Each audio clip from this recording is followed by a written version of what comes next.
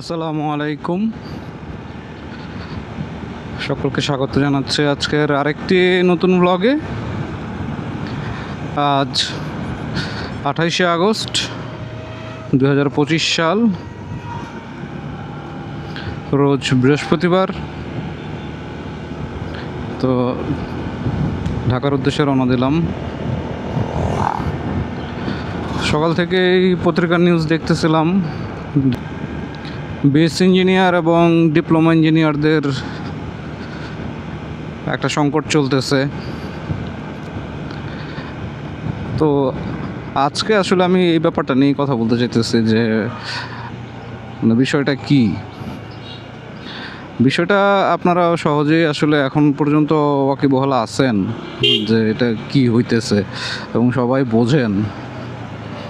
আর আমি নিজে যেহেতু এই সেক্টরে কাজ করি,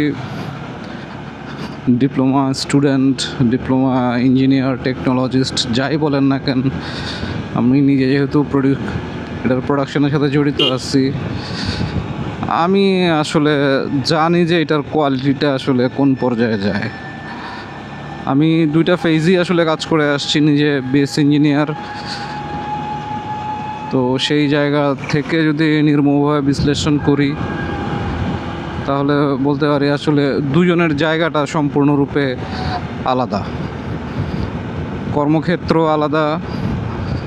আর কর্মক্ষেত্র আলাদা এবং ডিসিশন মেকিংয়ের স্টাইল আলাদা হওয়ার কারণে পড়াশোনার যে সিস্টেম বা বাংলাদেশে প্রচলিত যে কারিকুলামগুলো আছে সব কিছুই সম্পূর্ণরূপে ভিন্ন।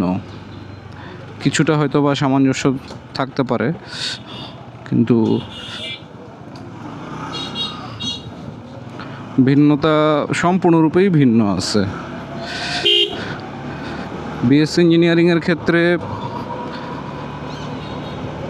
যে পরিমাণ পড়াশোনা করতে হয় বা যে পরিমাণ ভাস্ট নলেজ গেদার করতে হয়, ডিপ্লোমার ক্ষেত্রে ওই পরিমাণ পড়াশোনাটা আসলে প্রয়োজন পড়ে না।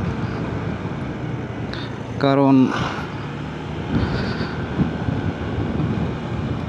যেহেতু ডিপ্লোমা একটা স্পেশালাইজড কোর্স এবং তারা শুধুমাত্র হচ্ছে বিএসসি ইঞ্জিনিয়াররা যেই ডিজাইন তৈরি করে বা যে ডিসিশনগুলো নেয় সেগুলোকে ইমপ্লিমেন্ট করে, তো এই কারণে আসলে ডিসিশন মেকিংয়ের জায়গাগুলোতে বা ক্রিয়েটিভিটি বা ওই ধরনের আসলে ওদের পড়াশোনার সুযোগটা একটু কম থাকে।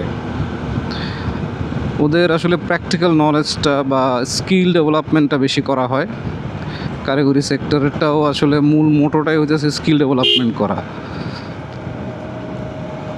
বিএসসি ইঞ্জিনিয়ারদের ক্ষেত্রে আসলে নলেজটা বেশিকে প্রাধান্য দেওয়া হয়। যেমন ধরেন একটা ইঞ্জিনের কীভাবে কাজ করবে, এই সিম্পল একটা উত্তর যদি দিতে যাই তাহলে প্রাথমিকভাবে যখন পড়াশোনাটা শুরু হয় তখন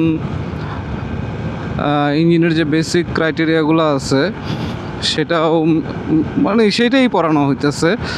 অর্থাৎ ধরেন যে একটা ইঞ্জিনের intake system, exhaust, power stroke, তারপরে এই যে চারটা যে সাকশন, কম্প্রেশন, পাওয়ার এবং এক্সস্ট, এই চারটা বেসিক হচ্ছে প্রক্রিয়া একটা ইঞ্জিনের কাজ করতে গেলে।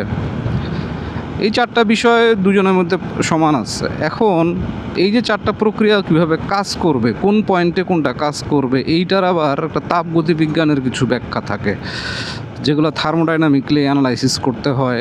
তারপরে ইঞ্জিনের ডেভেলপমেন্ট করার জন্য বা ইঞ্জিনের ফুয়েল কনজাম্পশন কমানোর জন্য বা এফিসিয়েন্সি বাড়ানোর জন্য যে বিষয়গুলো আছে, এগুলো আবার তাপগতিবিদ্যার যে বিষয়গুলো আসে। তো এই তাপগতিবিদ্যা সম্পর্কে সামান্য কিছু ধারণা ওদেরকে দেওয়া হয় ডিপ্লোমা কারিকুলামে, কিন্তু সেখানে বিএসসি ইঞ্জিনিয়াররা যে একদম ধরেন একটা ইঞ্জিন সে ডিসমেন্টাল করবে আবার ওপেন করবে বা ওভারহলিং করবে, বিষয়টা ওই রকম না। করে প্র্যাকটিক্যালটা আছে সেটা তারা করে, কিন্তু ওই রকম ভাস্ট না। যেমন ডিপ্লোমাদেরকে করানো হয় যে একটা ইঞ্জিন সে খুলবে এবং লাগাবে কত কম সময়ের ভিতরে সে এটা অ্যাচিভ করতে পারে এবং জায়গা মতো জিনিসটাকে সেট করা। এখন ওই ইঞ্জিনটা কতটুকু ফুয়েল কনজাম্পশন হবে, কতটুকু কস্ট ইফেক্টিভ হবে, এইটা অ্যানালাইসিস করবে হইতেছে বিএসসি ইঞ্জিনিয়ার, এবং সেই অনুসারে ডিজাইন রেডি করে দিবে। ডিজাইন অনুসারে একজন মেশিন শপে বা লেদ মেশিনে বা ওই জিনিসটা যারা প্রোডাকশনের সাথে জড়িত থাকে ওরা ওইটাকে ইমপ্লিমেন্ট করে জিনিসটা বানাবে, অ্যাসেম্বল ডিসঅ্যাসেম্বল এরা করবে। এই অ্যাসেম্বল ডিসঅ্যাসেম্বলের কিছুটা নলেজ বিএসসি ইঞ্জিনিয়ারদেরকে দেওয়া হয়, কিন্তু ডিপ্লোমাদের ক্ষেত্রে যেমন হতেছে এই অ্যাসেম্বল ডিসঅ্যাসেম্বলটাই মেইন, অ্যানালাইসিসটা মেইন না। কিন্তু বিএসসি ইঞ্জিনিয়ারের ক্ষেত্রে ওই অ্যানালাইসিসটা মেইন, অ্যাসেম্বলটা মেইন না। বাট সে কিন্তু জানে যে কীভাবে ডিসঅ্যাসেম্বল করতে হয়, কীভাবে অ্যাসেম্বল করতে হয়। এইটার আরও মানে এটা আমি প্র্যাকটিক্যাল উদাহরণ যখন পাইছি, এটা আমি নিজে যখন এই সেক্টরে কাজ করি নাই তখন বিষয়টা আমি আরও বেশি করে অ্যানালাইসিস করতে পারছি। যেমন আমি অ্যাজ এ মেকানিক্যাল ইঞ্জিনিয়ার হিসেবে আমি থার্মোডাইনামিক্স বা ইঞ্জিন সম্পর্কে আমি সব জানি। আমার কাছে একটা পর্যায়ে মনে হতো যে আমি আসলে সব কিছুই জানি। তো যখন আমি একটা পরীক্ষা দিতে গেলাম, আমি চাকরিতে এসে স্কিলের উপরে যে আমি ওই ইঞ্জিনটা খুলতে পারি কি না, লাগাইতে পারি কি না, এটার উপরে একটা ন্যাশনাল স্কিল ডেভেলপমেন্ট অথরিটির আওতাতে একটা ট্রেনিং হয়।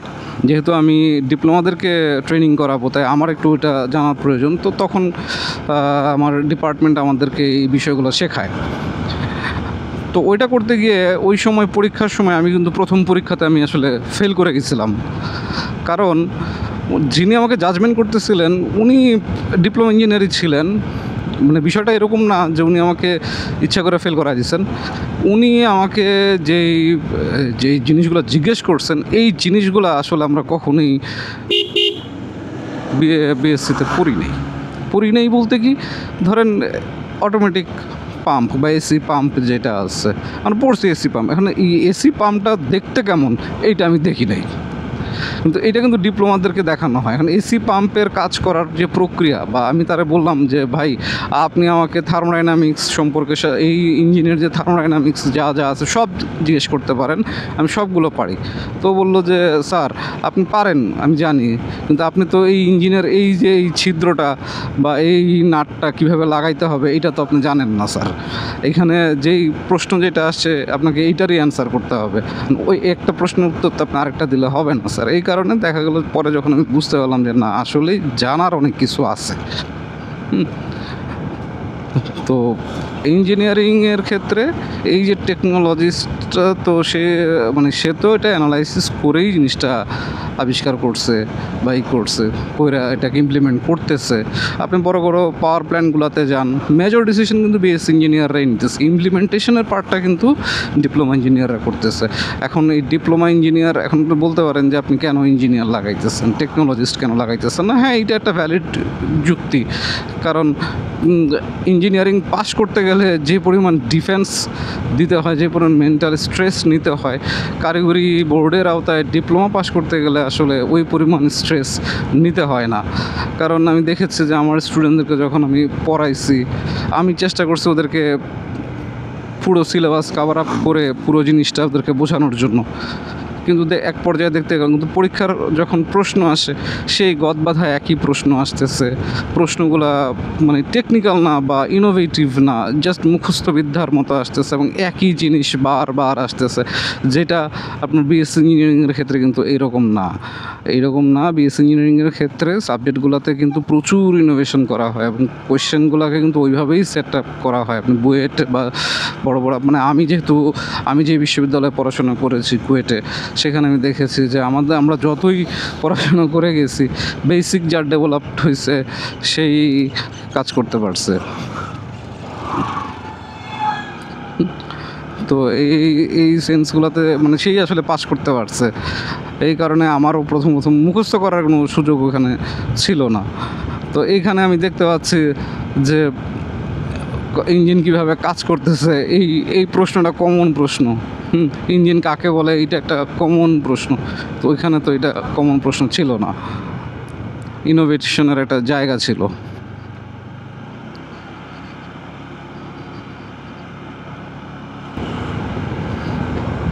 তো এইভাবে আর কি ডিপ্লোমার কার্যক্রমটা আসলে আলাদা এবং তাদের জায়গাগুলোতে এটা সব সেক্টরে, ইঞ্জিনিয়ারিং হোক বা মেডিকেল সেক্টরে হোক বা বা কৃষি সেক্টরে হোক, যেটাতেই হোক কার্যক্রম কিন্তু আলাদা কার্যক্রম। এখানে করার কিছু নাই। এখন গভর্নমেন্টের আসলে নৈতিক দায়িত্ব হচ্ছে যার যেখানে যেইটা সে অর্জন করতেছে যে কষ্ট করে বা যে প্রক্রিয়াতে, সেইটার তাকে অতটুকু মূল্যায়ন করা বা তাকে বেশি মূল্যায়ন করা, এটা ঠিক না। এটা আসলে ঠিক না। তো যদি এখন আমাদের দেশগুলোতে তো আপনার ইয়েও আছে, এই যে এমবিবিএস কলেজগুলোতেও আছে, ওখানেও এমবিবিএস ডাক্তার তৈরি হইতেছে। আবার আইএইচটি আছে যেখানে মেডিকেল টেকনোলজিস্ট তৈরি হয়, তারপরে ম্যাথস আছে সেখানে তৈরি হচ্ছে, প্যারামেডিক্যাল তৈরি হচ্ছে, তারপরে অনেকগুলো প্রত্যেক জেলায় জেলায় নার্সিং ইনস্টিটিউট আছে যেখান থেকে হচ্ছে নার্স তৈরি হচ্ছে। তো এরা সবাই যদি নিজেদেরকে ডাক্তার হিসেবে পরিচয় দেয়, তখন তো আসলে বিভ্রান্তি সৃষ্টি হয়ে যাবে মানুষের মধ্যে। সেবা বা পেশাগত যে সৌন্দর্য বা পেশাগত যে প্রাধান্যতা, এটা আসলে থাকে না।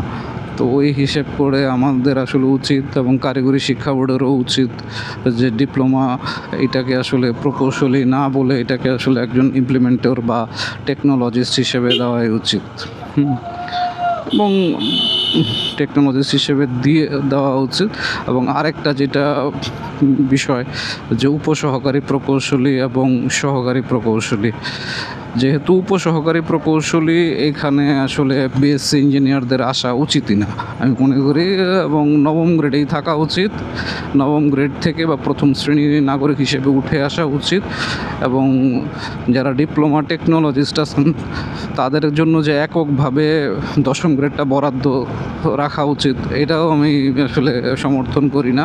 কারণ একটা ছেলে ডিপ্লোমা হচ্ছে, পাশ করতেছে, সে এসএসসি পরীক্ষা দেওয়ার পরপরই সে কারিগরি শিক্ষা বোর্ডে আবেদন করতে পারতেছে 230 টাকা দিয়ে। তারপরে তার আবেদনের প্রেক্ষিতে এখন পর্যন্ত, এই বছর থেকে অবশ্য ভর্তি পরীক্ষা চালু করতেছে, আবেদনের প্রেক্ষিতে তার যে সিজিপিএ আছে বা জিপিএ, এসএসসির যে জিপিএটা পায়, সেই জিপিএর আলোকে সরকারি বেসরকারি যে প্রতিষ্ঠানগুলো আছে বা পলিটেকনিক বা মনোটেকনিক যে ইনস্টিটিউটগুলো আছে, সেখানে তাদেরকে এক প্রকারের বরাদ্দ দেওয়া হয়। যে প্রথম যারা জিপিএ থাকে, মানে তাদের চয়েসের ভিত্তিতেই একটা ছেলে মনে করেন যে সে তার জিপিএ আছে 4.5, কিন্তু সে মেকানিক্যাল পড়বে এবং এর জন্য তাকে হচ্ছে করতে হবে, ওই সে ঢাকা পলিটেকনিকে পড়তে চায়। তো এরকম করে সে 4-5টা পলিটেকনিকের একটা সারি দেয় এবং একটা লিস্ট ওখানে চয়েস দিতে পারে, এবং ওই লিস্ট অনুসারে তাকে ওখানে যদি সে টিকে, তাহলে তার চয়েস ফর্ম যদি ভ্যালিড হয় বা টিকে যায়, তাহলে সে ওখানে সেখানে চান্স পায়।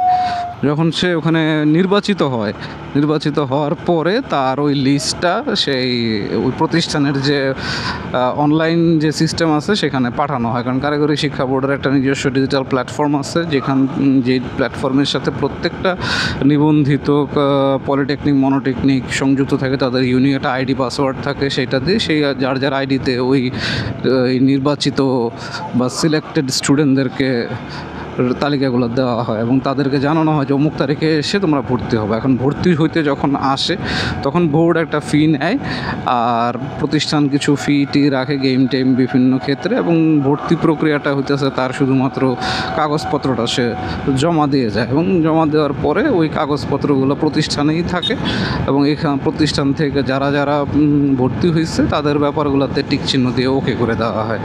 এই আবার যেগুলো ফাঁকা থাকে তার জন্য নিচে আবার হচ্ছে আপনার পরবর্তী ওয়েটিং লিস্টে দেওয়া হইতেছে। তো এইখানে আসলে আপনার জিপিএর উপর ভিত্তি করে সে পরে এখানে চান্স পাইতেছে। এখন চান্স পাওয়ার পরে সে 4 বছর কী করতেছে?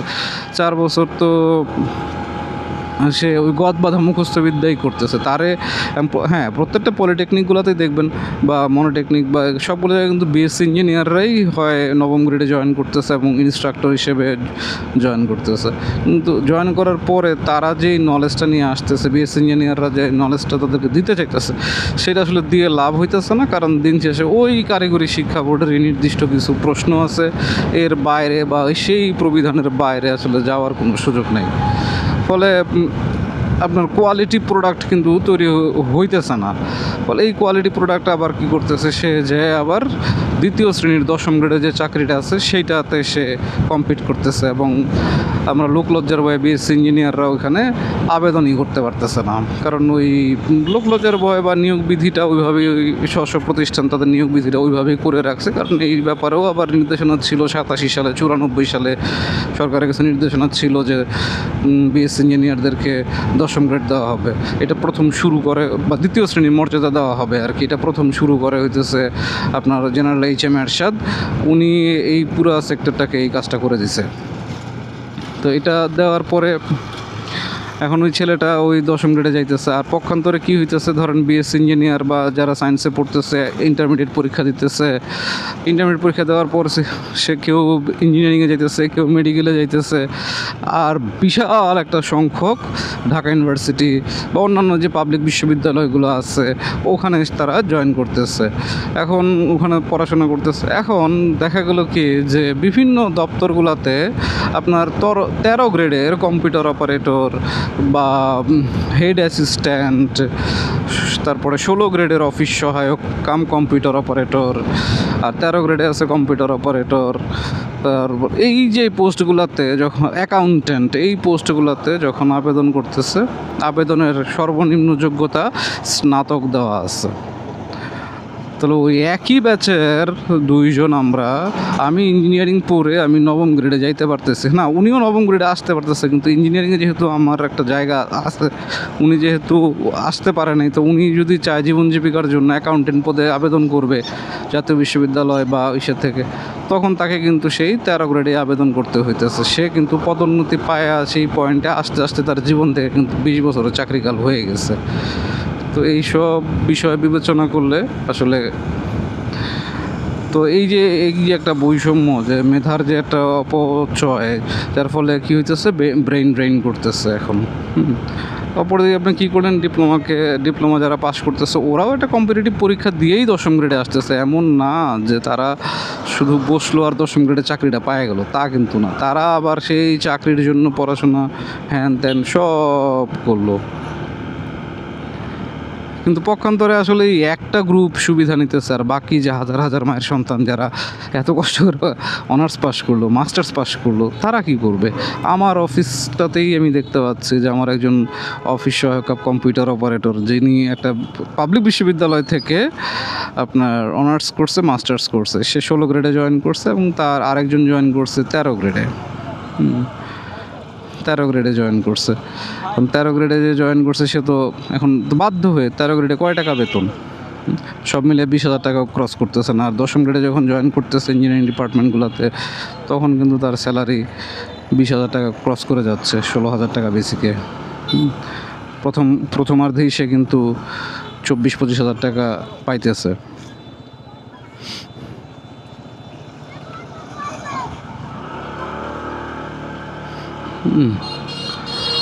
তো এইসব বিবেচনায় আসলে গভর্নমেন্টের উচিত, এখন যেহেতু একটা ন্যাশনাল পে স্কেল আছে, এবং এই অনুসারে অর্গানোগ্রামগুলোতে যদি তারা গ্রেড সংখ্যা বাড়ায় বা কমায়, যেমন স্বাধীনতার পর থেকে এখন পর্যন্ত 20টা করে গ্রেড আছে।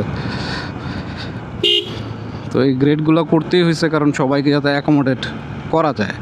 এখন যদি গ্রেড কমানো হয়, তাহলে কমাইতে গেলে এই যে বিপুল সংখ্যক ডিপ্লোমা স্টুডেন্ট, কারণ সরকারি পলিটেকনিক আছে হচ্ছে আপনার 54টা, আরও 25-23টা পলিটেকনিকের প্রকল্প চলতেছে। তারপরে আপনার আছে হচ্ছে টেকনিক্যাল স্কুল অ্যান্ড কলেজ আছে, প্রতি জেলায় জেলায় আছে টেকনিক্যাল স্কুল অ্যান্ড কলেজ, এবং আরও 100 না 400 টিএসসি করার জন্য প্রক্রিয়াধীন আছে, প্রতি উপজেলা পর্যায়ে আছে।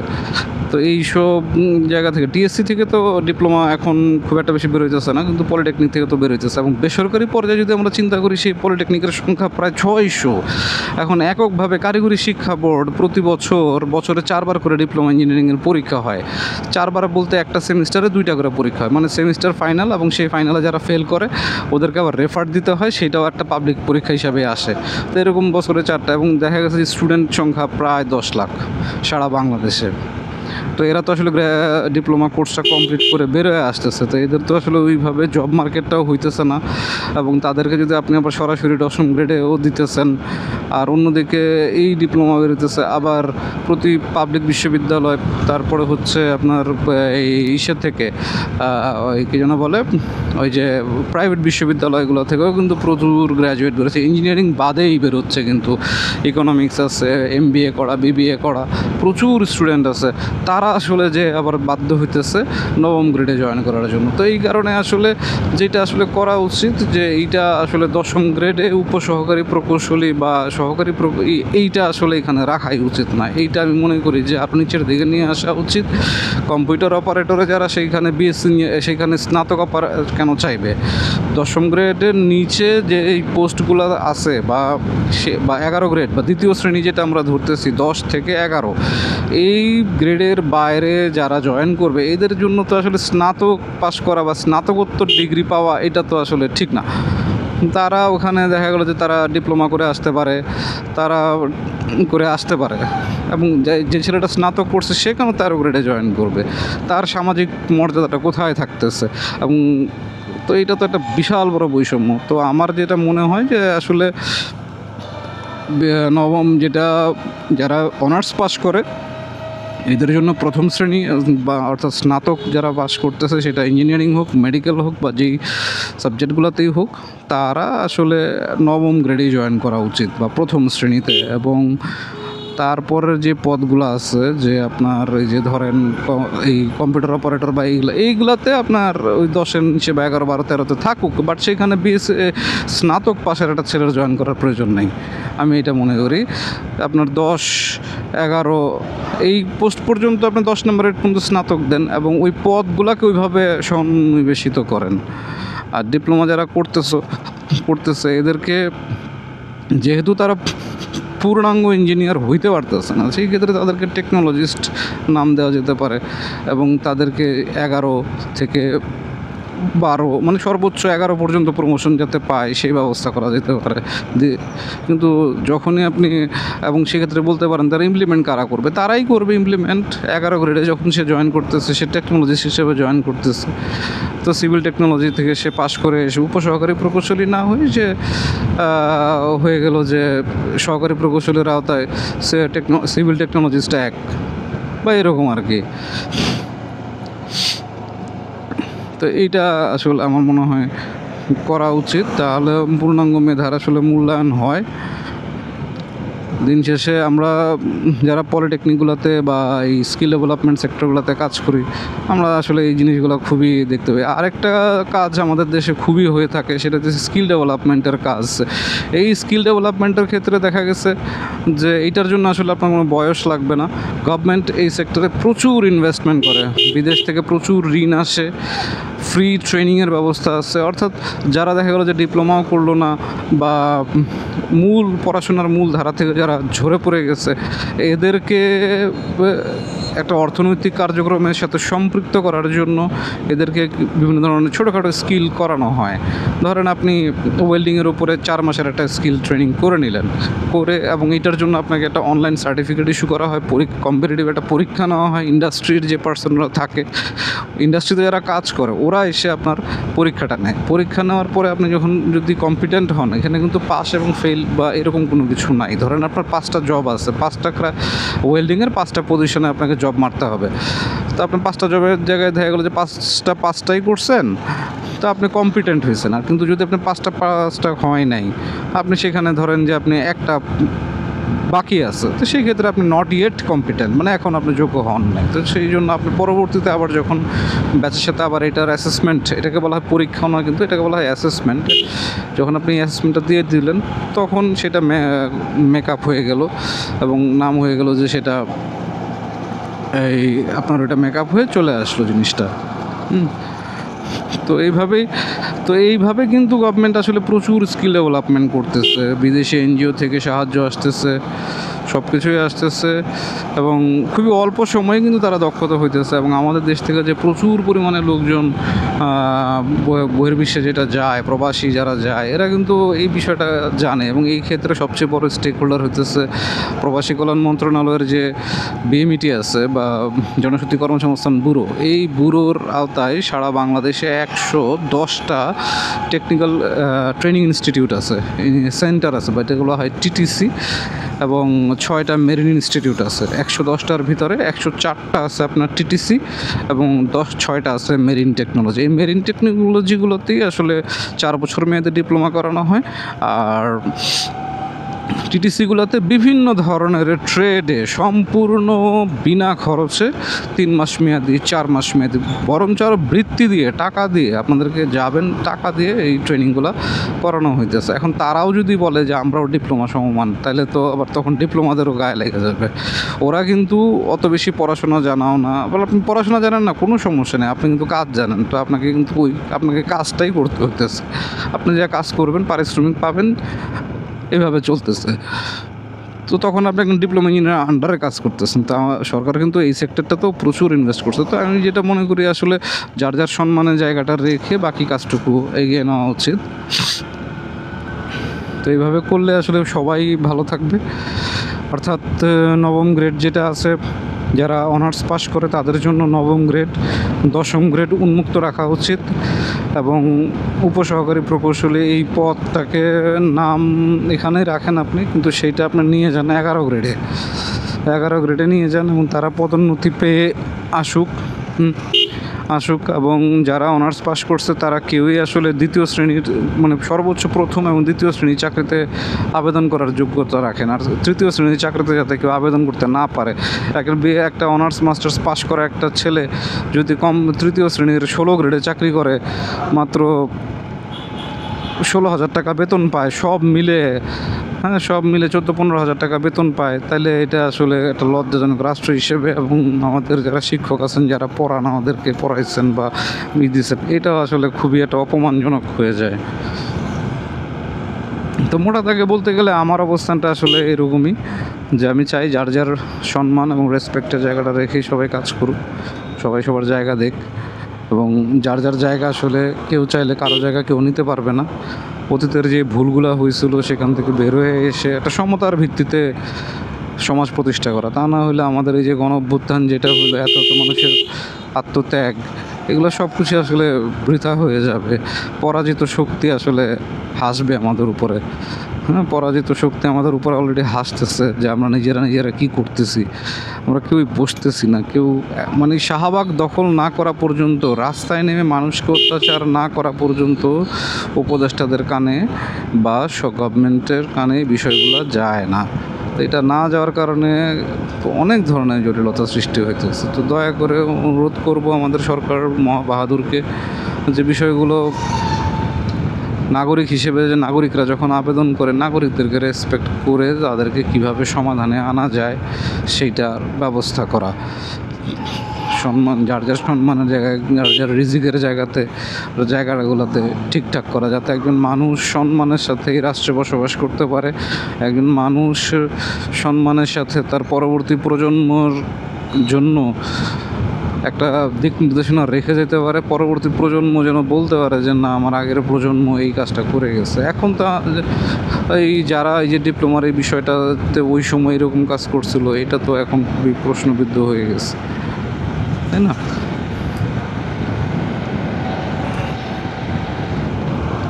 এই হলো আমার কাছে এটা একান্তই আমার ব্যক্তিগত মতামত। পছন্দ হবে না আসলে গণতন্ত্র সৌন্দর্য এটাই। আমার আসলে অল্প জ্ঞানে যতটুকু বুঝতে পারছি আমি এটাই বলতে চাইছি। বাকিটা এর থেকে আমার থেকে আরও ভালো যারা বোঝেন, যারা মুরব্বীরা আছেন, তারা এই বিষয়ে মতামত দিবেন। তারা নিশ্চয়ই এটা কিছু সলিউশন বের করে আনবেন। বাকিটা আল্লাহ ভরসা।